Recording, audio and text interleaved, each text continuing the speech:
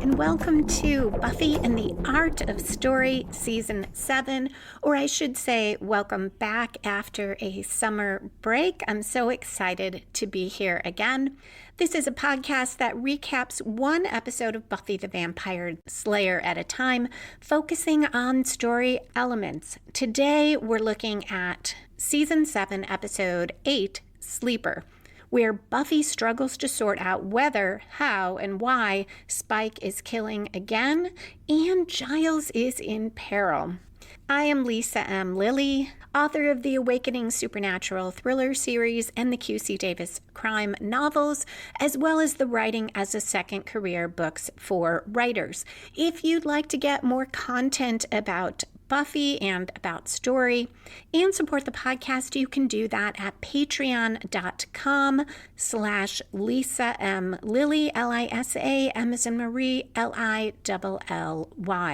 Along with the recap of Sleeper, today I'll talk about the fluid major plot turns that shift the narrative and keep the pace fast, how this episode lays the groundwork for future rifts among Buffy and her friends, scene-to-scene segues that smoothly transition the story from one key moment to the next, and character actions and dialogue that the audience and other characters can read multiple ways, leading to believable, genuine conflict between the characters. As always, there'll be no spoilers except when I get to the foreshadowing section at the end, but I'll give you plenty of warning. Okay, let's dive into the Hellmouth. Sleeper aired the first time on November 19, 2002.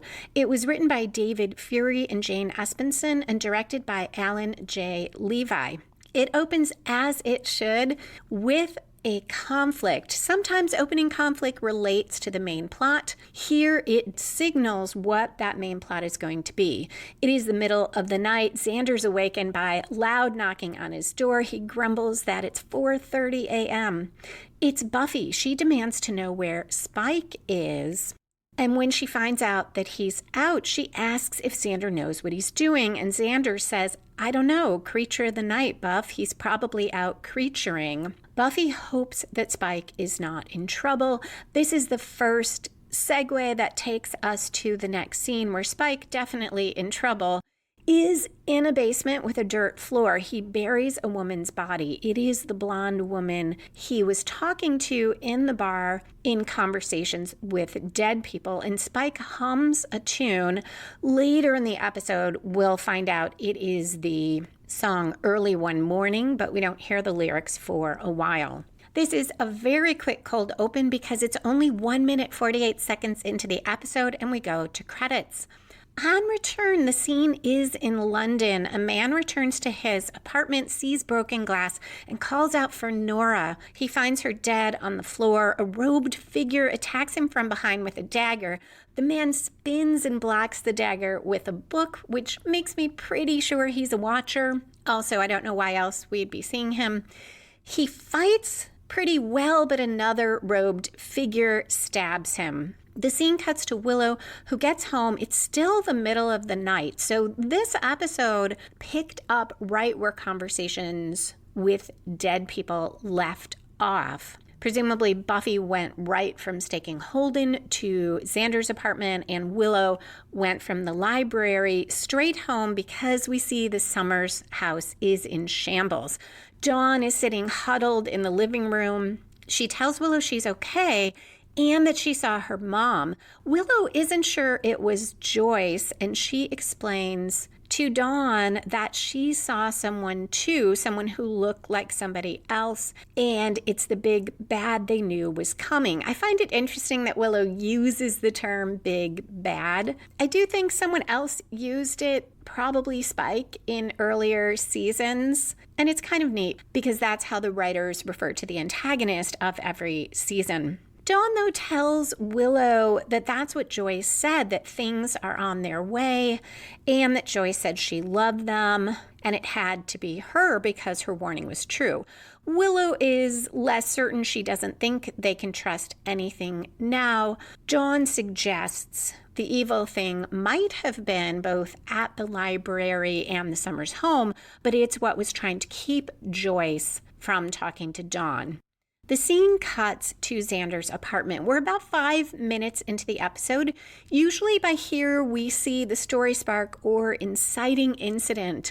That's what gets the main plot rolling. I don't know that there's a single one here because in a way, this plot got rolling last episode in conversations with dead people when Holden told Buffy that Spike sired him, and now we're going to get a reminder of that. So I think it serves pretty well to set off this episode if you view it standalone and haven't seen the earlier ones, because as Xander is making tea or coffee in his kitchen, he says to Buffy, "Why would a vampire lie about who sired him? What's that, some kind of status symbol for the undead? My sire can beat up your sire." Buffy's not certain that the vampire, Holden Webster, from last time was telling the truth. Xander thinks that Buffy might not be quite objective enough. Buffy argues that Spike couldn't have turned a human because of the chip in his head. But Xander points out that the chip doesn't work on Buffy. Buffy's sure it still works on others. She's seen it in action. Xander wonders if Spike's been doing a great acting job. This conversation is a great way to get out exposition through conflict. We found out the most important thing from the last episode, and the previous scene did that as well with a more minor conflict between Willow and Dawn. We found out what happened to both of them. Buffy insists that Spike is different now, that he has changed. And she goes on, and if it is an act, then the Oscar goes to, and Spike enters the apartment. Not a scene transition, but a really terrific way to introduce Spike and add tension. Buffy and Xander fall silent. Spike asks if there's trouble with Buffy being there at that hour. Buffy kind of stutters a response, and Spike assumes he's intruding. They just don't want him to hear their conversation. He starts to go into his room, but Buffy asks him about his night. He asks about hers. It's awkward, but you can see where Spike would think this awkwardness is because things have been really uncomfortable between him and Buffy. Buffy, on the other hand, and we as the audience know that there's something much bigger going on. Buffy tells him she killed a vampire last night, that it was someone she used to know. Spike is sympathetic about that. He says it must have been hard on her. And she tells him it was Holden Webster, watching him for any reaction. And he doesn't react. He just seems very calm. After he goes in his room, Xander notes that too, saying Spike was cool as Cool Whip when Buffy mentioned Holden. Buffy thinks someone needs to keep an eye on Spike, meaning Xander should do it because she has to check on Dawn. But Xander has a big client meeting at work. Buffy tells him they can't leave Spike alone until they know if he's killing again. They need to find someone to watch him. This is a transition to the next scene, which begins with Anya telling Xander to forget it. They're in the apartment. It's now morning. The daylight is shining through the windows. Anya says she agreed on the phone to watch Spike, but she didn't know then that he might be killing again. And Xander says, you didn't mind being alone with him before. Anya says, what was that? It's a reference to the time Anya and Spike slept together, which will be referenced again later, so it's a nice way to bring it in. Xander says that kind of under his breath, and he tells her nothing, they don't know anything for sure, and it might be a mistake. Anya asks if he searched Spike's room for trophies because killers keep them, things like scalps or necklaces or human teeth. Xander did not think of that. He tells her to just stay in the sun and she'll be fine.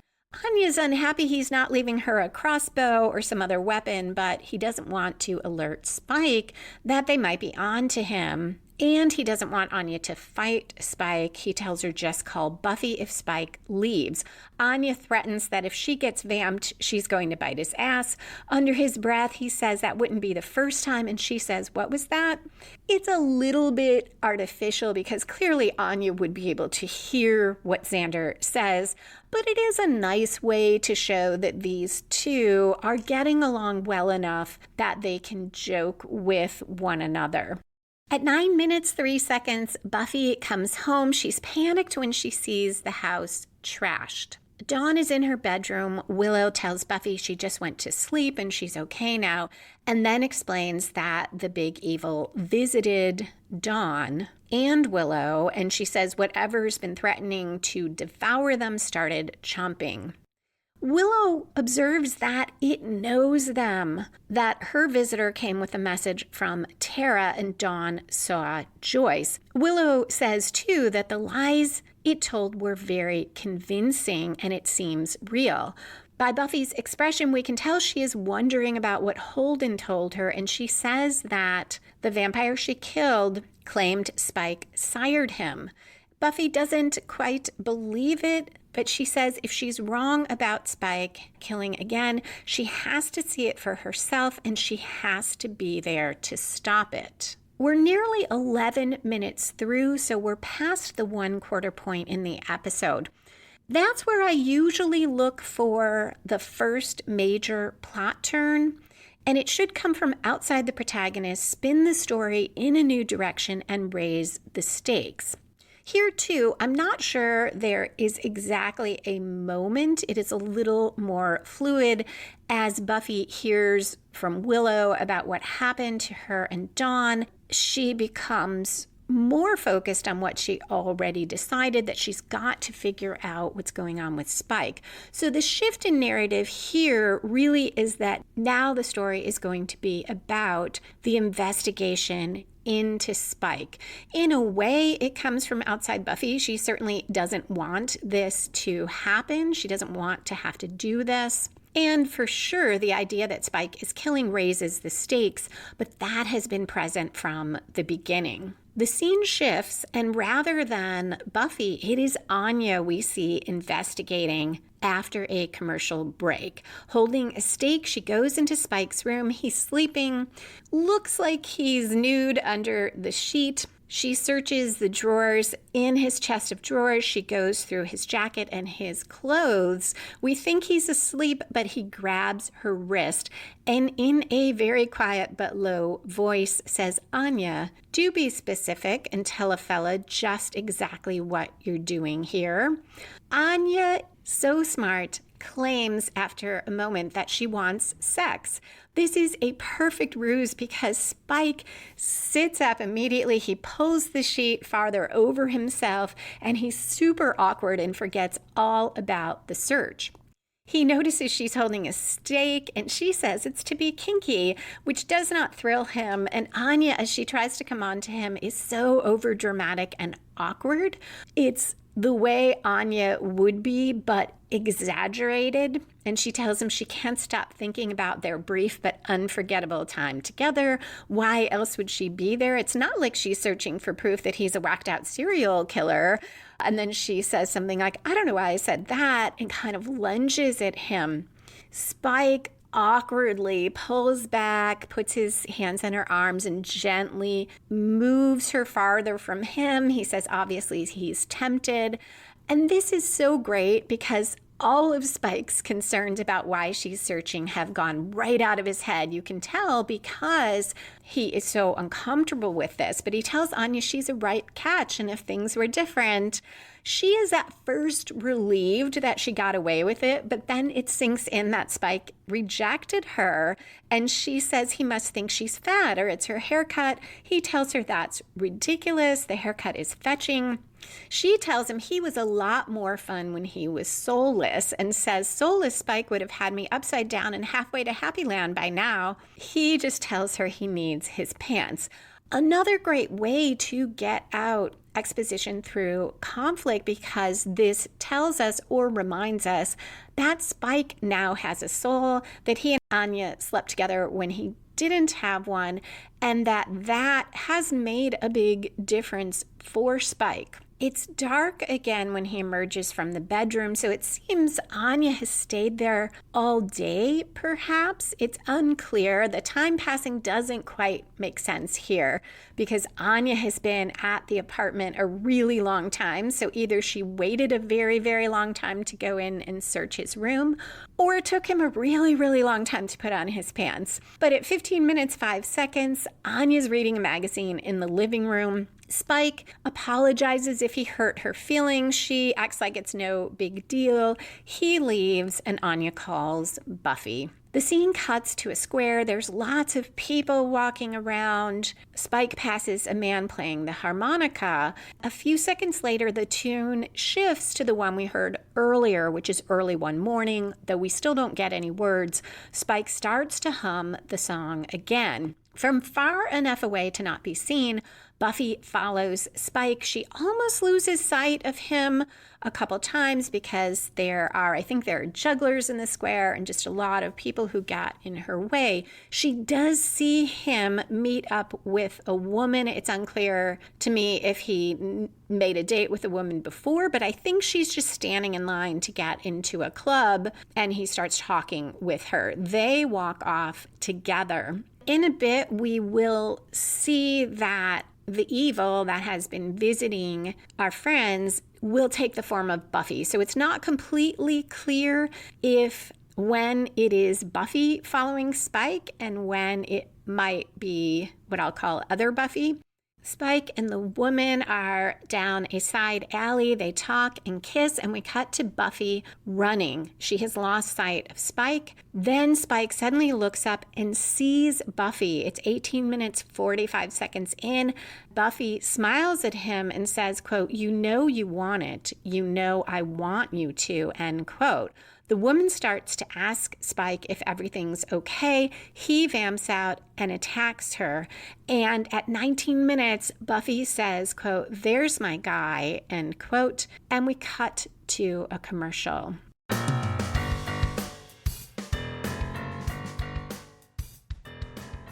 Thanks again for coming back after the summer break.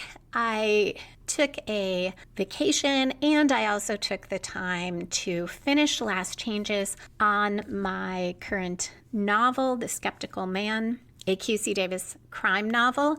After that one, I am planning to work on a new series that will have supernatural elements. I'll tell you more about it in future episodes. Right now, I have some comments from listeners. The first is from the Buffy and the Art of Story Facebook page. Billy commented on As You Were. That is the season 6 episode where Riley returns with his wife, Sam. And I had talked a bit about Riley having been uncomfortable with Buffy being stronger than him and thinking that was part of why he broke up with her. I don't recall. I may have said something about it being inconsistent with Riley now. And Billy said this: "I saw Riley being okay with Sam being in charge as that he's grown a bit. I think from him overcoming his mental health / addiction problems and having a job / further purpose in life again, his values improved a bit with his fulfillment, for want of a better way to word it." I love this comment and wanted to share it because all of you know I am not a huge Riley fan,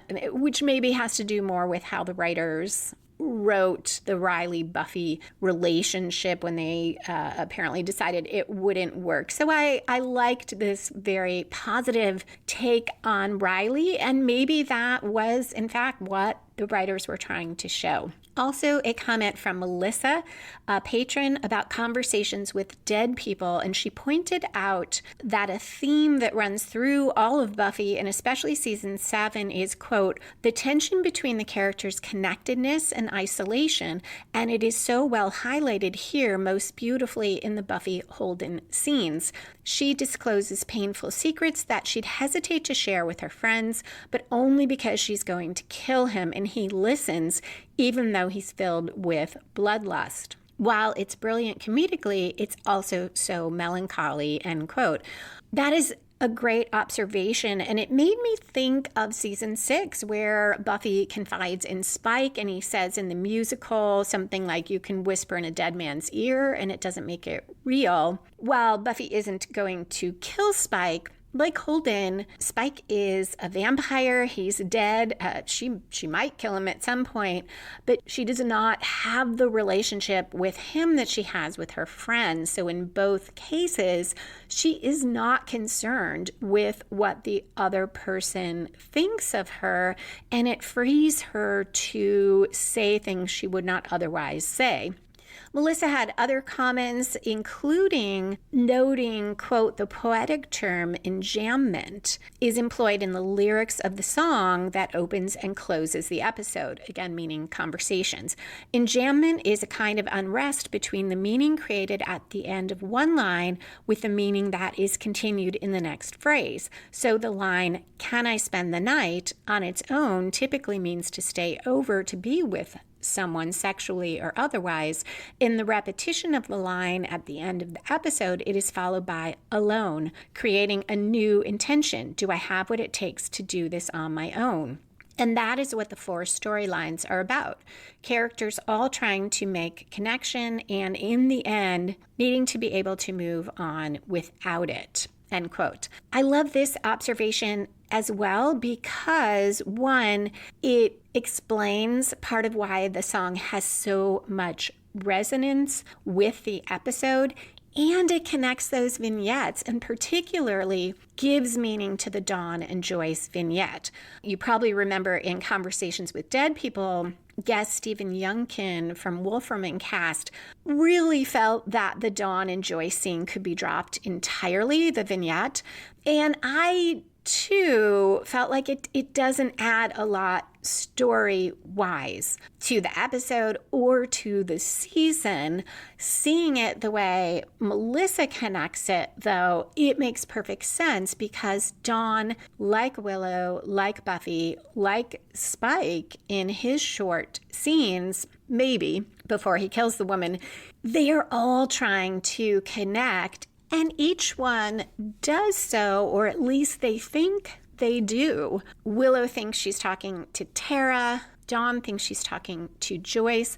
Buffy does connect with Holden. Spike does seem to connect with the woman at the bar. And then they must go on without those connections, as Melissa said. So great way to thematically tie those in addition to the themes of loneliness. Thank you, both Billy and Melissa, and everyone who has commented on the podcast episodes. If you would like to comment, you could do that at the Buffy and the Art of Story Facebook page, on Patreon, where I post the episodes. Even if you're not a patron, you can go on and comment, or by emailing me at buffystorypod@gmail.com.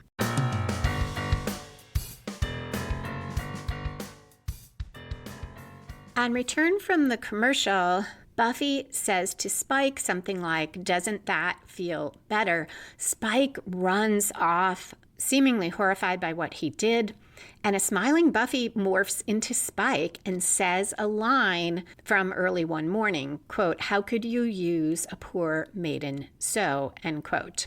We are a little bit before the midpoint of the episode.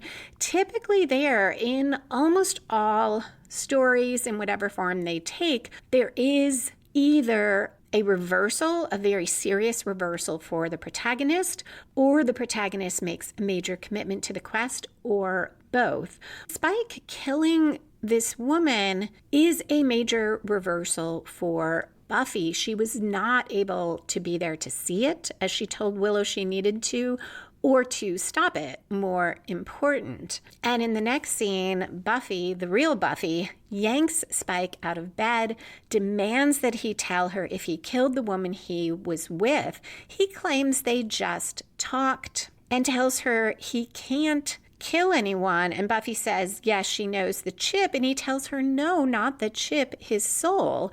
And does she really think he went to the end of the underworld to get his soul, then to kill again? He can barely live with what he did before. And she's crazy if she thinks he would add to the body count now. So again, some exposition through conflict.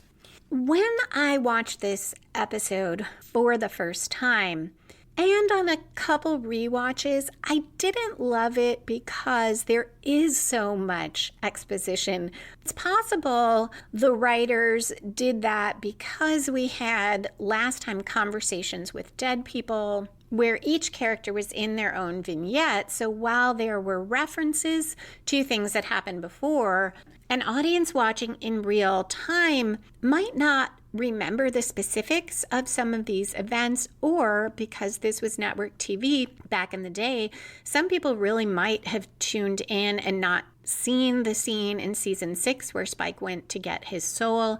Being a huge Buffy fan even then, I remembered all the things, so the episode felt slow to me. In contrast, now looking at it, I like it much better, probably because I am really looking at it just as its own episode and seeing how well it works, because not only is this bringing out exposition, it is advancing Spike's and Buffy's relationship in a way, because now she says sarcastically, oh, what, he goes out there trolling for women because he's just hungry for conversation. And Spike accuses her of being jealous but being unable to admit it.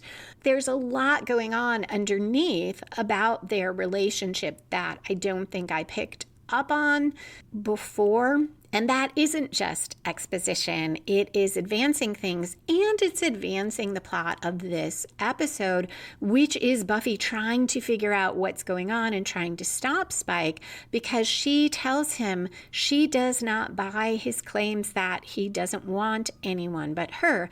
And at 21 minutes 4 seconds, Spike says, as daft a notion as Soulful Spike the Killer is, it is nothing compared to the idea that another girl could mean anything to me. This chip they did to me, I couldn't help it. But the soul I got on my own for you. Buffy now looks down and she's very quiet and says, I know. And Spike says, so yeah, I go and pass the time with someone. But that's all it is time. Because God help me, Buffy, it's still all about you.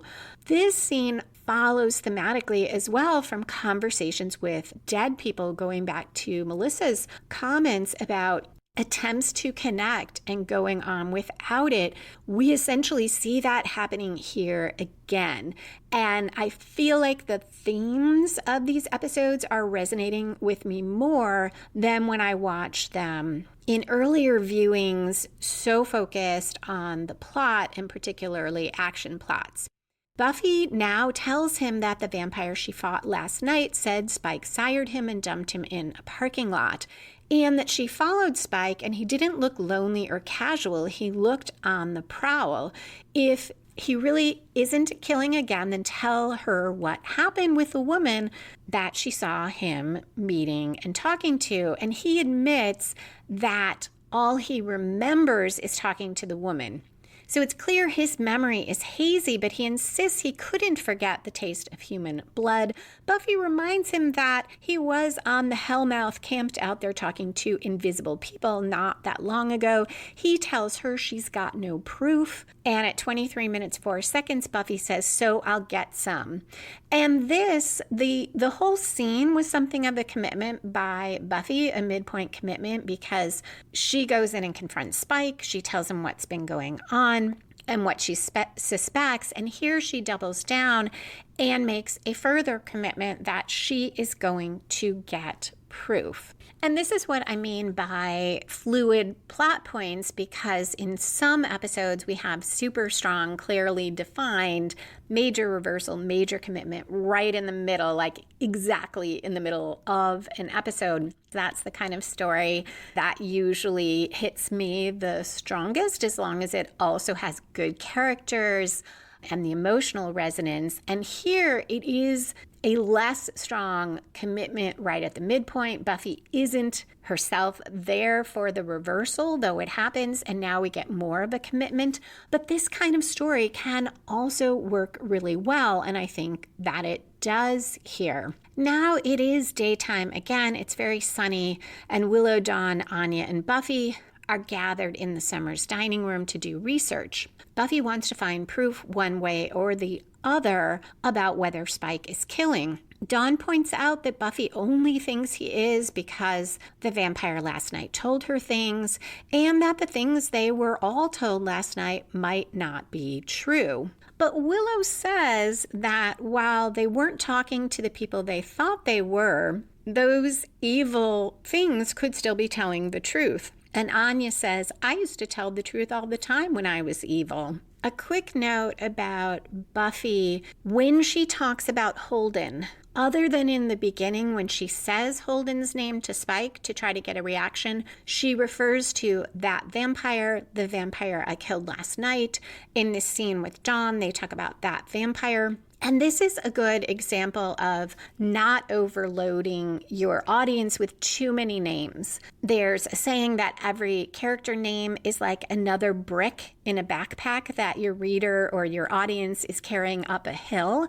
So if you can just refer to a character in a way that easily reminds the viewer who it is, rather than using a name, that's a really good idea if that character's name, if there's no reason for the reader or viewer to need to remember it, if the character isn't going to return, we aren't going to see Holden again.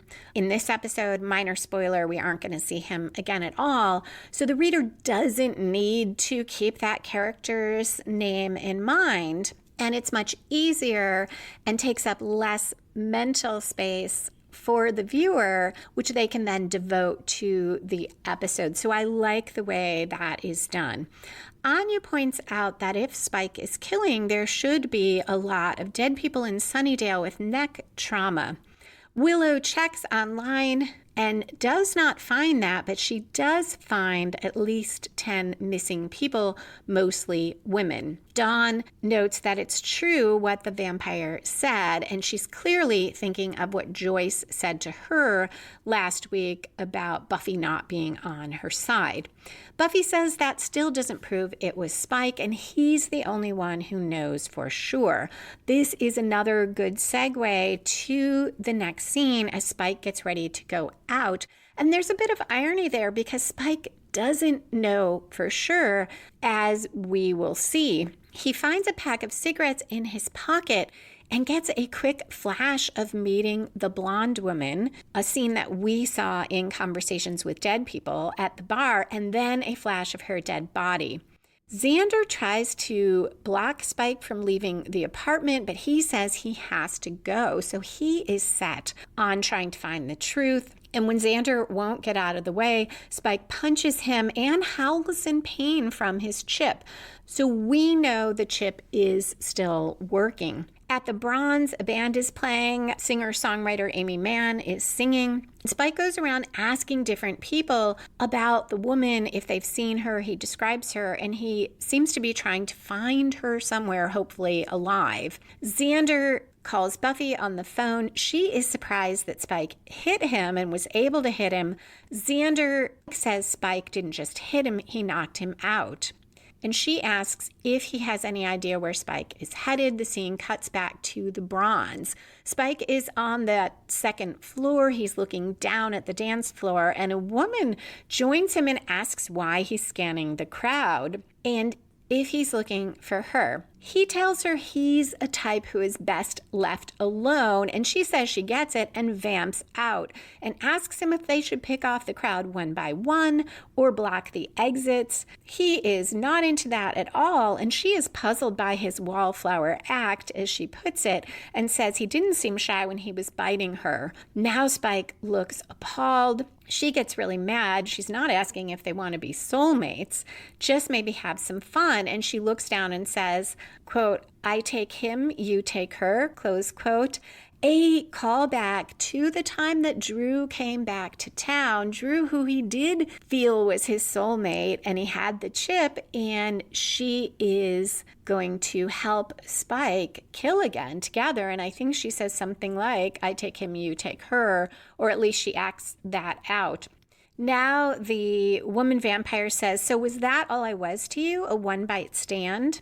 As they fight, the scene cuts between them and the band. The singer is so professional. She keeps her composure. All the band members do, and they play louder and louder as the fight becomes louder and more violent.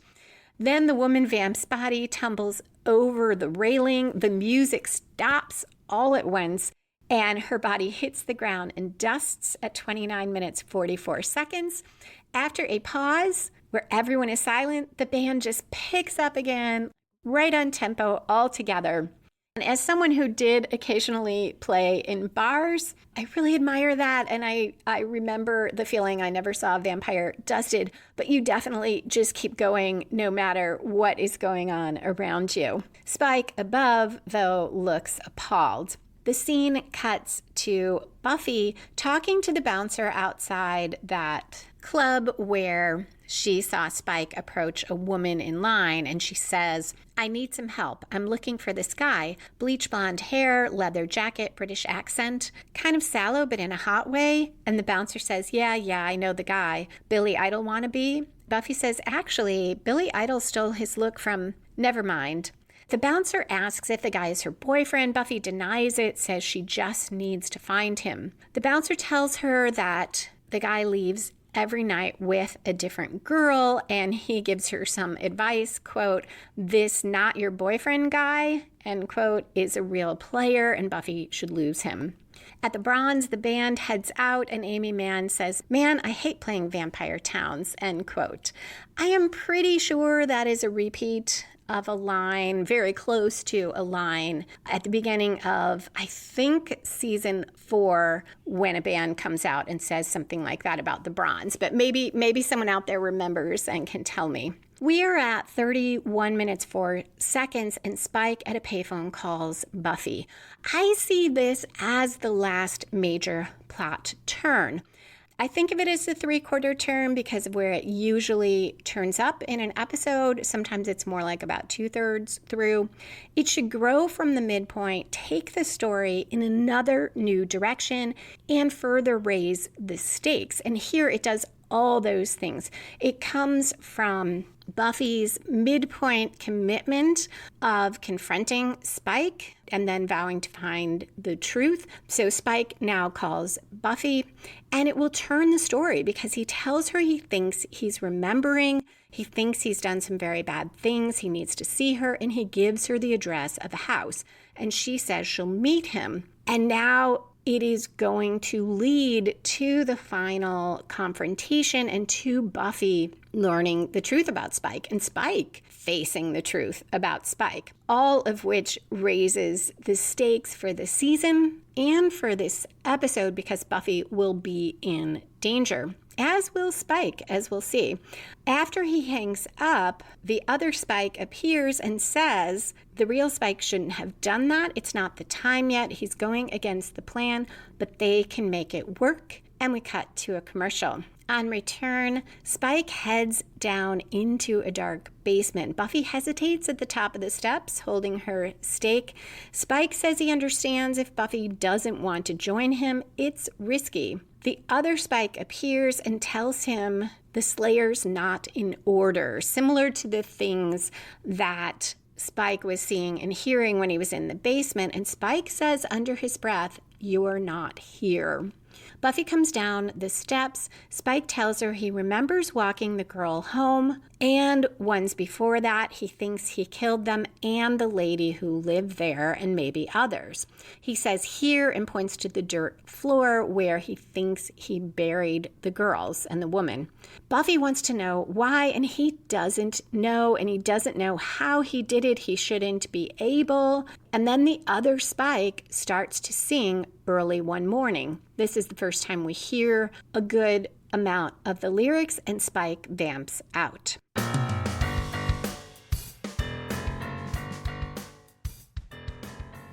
During the break from the regular podcast, I posted a bonus episode for patrons, which asks, is Anya just Cordelia 2.0? And I compare the two characters, look at how they are the same and how they are different. If you'd like to hear that episode and other Buffy and the Art of Story content, you can support me on Patreon for as little as $1 or $2 a month at patreon.com/LisaMLilly. There are 34 bonus episodes there and counting. A couple others from this season and last include Love Spell Madness, Him versus Bewitched, Crime, Punishment, and the Geek Trio, and Willow's Arc Seasons 1 through 7. Patrons also get early access to each podcast episode. So if you want, you can listen to it on the weekend rather than on Monday when it comes out. And at the $5 and up level, you'll get the ebook edition of the Buffy and the Art of Story Season 1 book if you want to catch up on Season 1. And the book not only includes the podcast episodes, it has topics and questions for your own writing so that you can apply what we learn from the episodes. And at the $5 and up level, you get access for free to all the modules of my course, How to Plot Your Novel from Idea to First Draft. All patrons get the first episode free, but you can get the entire course at the higher Patreon level. Or if you're just interested, you can go on there and purchase the modules that look helpful to you if you are not a patron. Along with getting that additional content, you'll be supporting Buffy and the Art of Story and ensuring it continues to the end of season 7 and beyond. That's at patreon.com/LisaMLilly. And thank you to all the patrons who already support the show. It helps keep the show going out into the world.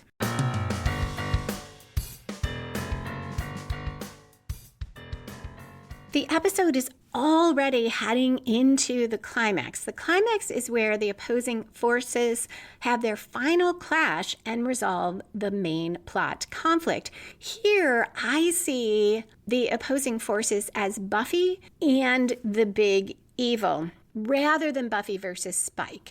It seems like Buffy versus Spike, but because Spike doesn't know what's happening to him, at least he doesn't know the really important things, and he's being controlled, it is really Buffy going up against this evil who has orchestrated all of this, although not quite according to its plan, as we learned earlier.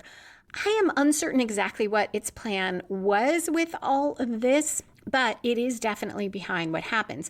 Spike attacks to Buffy's shock, and he slices her arm with a piece of glass. They fight, and the recent victims, who are now vampires, start rising from that dirt floor at 34 minutes 4 seconds. So this is a little early for the climax for some episodes, but now that we are in season 7, basically 6 and 7, where the storytelling is much more than ever long form, a lot of times climaxes happen earlier because a lot occurs in the last part of the episode, the falling action, that moves the season arc.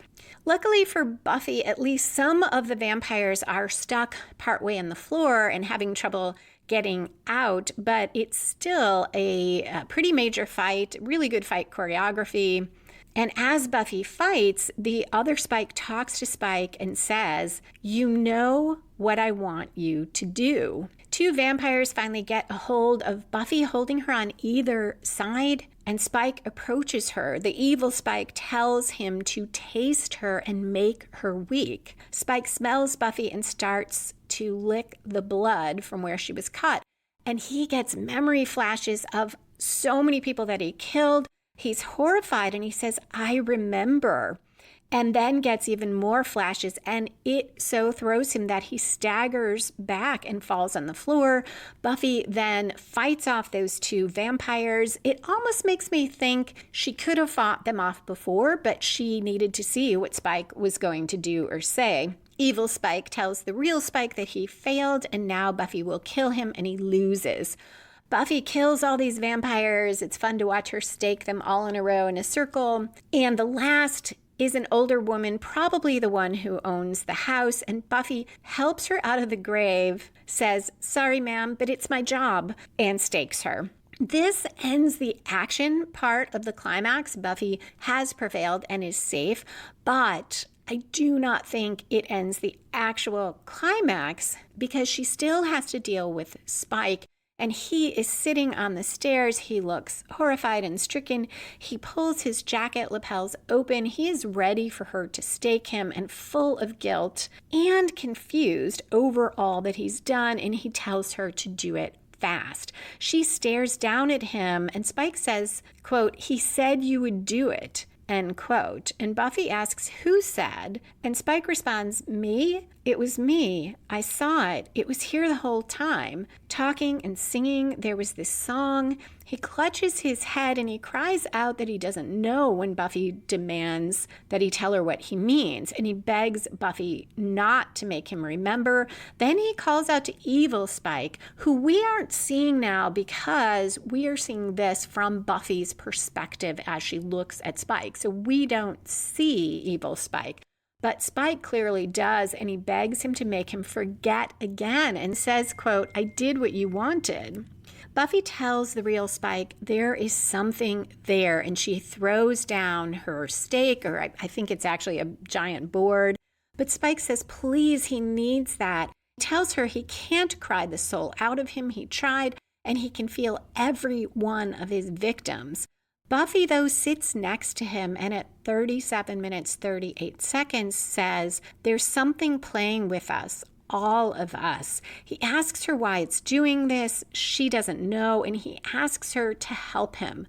And Buffy says she will. So for now, in the Buffy versus the evil plot, Buffy has prevailed. Now we are in the falling action section of the episode. This is where the writers tie up loose ends, resolve subplots, and move along the season arcs when you have a longer story arc. So if you were writing a series of novels, you might have something in the falling action of each book that leads into the next one. In fact, it's a really good idea marketing-wise to do that. And it's just compelling storytelling. At 38 minutes, 47 seconds, Buffy is at the house with the gang. It's a really good segue because Buffy's last line to Spike was, "I'll help you." And Anya now says, "And you believe him?" Spike sits in the other room in the dark, wrapped in a blanket, huddled and shaky. And he reminds me of how Dawn was when Willow walked into the room. She was sitting in a similar spot, same kind of body posture. I don't know if that was on purpose, but it makes Spike seem very vulnerable. Buffy says, "You didn't see him down there. He really didn't know what he'd done. It wasn't in his control." And Xander responds, "Oh, an out-of-control serial killer. You're right. That is a great house guest." Dawn is shocked by the idea that Spike will be staying there. Willow, too, is worried because Spike fed on human blood and that must do something to him.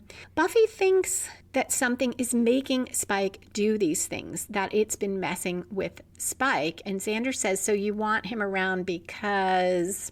Buffy says the evil has been close to Spike, and she and Willow agree that if they want to understand it, it makes sense to get close to Spike. Xander thinks that's too dangerous. Buffy says she doesn't have a choice. Whatever it is, quote, "from beneath us," unquote, it's bad and only getting worse, which is a great segue to the last scene at 39 minutes, 58 seconds at an apartment in London. Giles enters and sees dead bodies. He calls out for Robson and finds him. Robson looks dead. Giles says, "You too," suggesting that he has found other dead bodies, dead watchers today. Robson, though, is not quite dead. He opens his eyes and he tells Giles to gather them and that it started. And as Giles starts to say he'll take care of it, a robed figure behind Giles swings an axe at his head. And just as it's about to connect, the scene ends. We cut to the final credits. This scene is both a cliffhanger and a game changer. I've talked about the difference. A cliffhanger is where you don't finish your main plot and the audience has to come back for the next installment to get the answer. And in a game changer, the main plot is finished and something occurs that changes everything going forward. And they're different in terms of how satisfied or not your audience feels and how complete your story is, because you could have a game changer at the end of a standalone story as long as you resolve that main plot, if the game changer signals the reader that, hey, this is the new normal and that is a satisfying ending. Here, it's a game changer in the sense that the main plot resolved. Buffy, for the moment, prevailed over the evil, so that has resolved. And this suggests something is changing going forward, that Giles is out of the mix. But it is a cliffhanger for this subplot about Giles, which we've gotten very little of, or about Watchers getting killed, because it cuts as the robed figure is swinging. So we assume that Giles is killed, but we don't know for certain, making it a cliffhanger for the subplot. That is it for this episode, other than foreshadowing, which does include spoilers. If you find the way I talk about story structure helpful and want to apply it to your own writing, you can get free story structure worksheets at writingasasecondcareer.com/worksheets, or check out my course, How to Plot Your Novel from Idea to First Draft, in the shop menu on Patreon. And as I mentioned, it is free for patrons at the $5 and up level, but anyone else can buy any of the modules. If you're not sticking around for foreshadowing and spoilers, thank you so much for listening. And thank you again to patrons who support the podcast. Come back in 2 weeks for Season 7, Episode 9, Never Leave Me, where the gang unexpectedly has 2 hostages to interrogate, not just one, and the Watchers Council prepares for battle.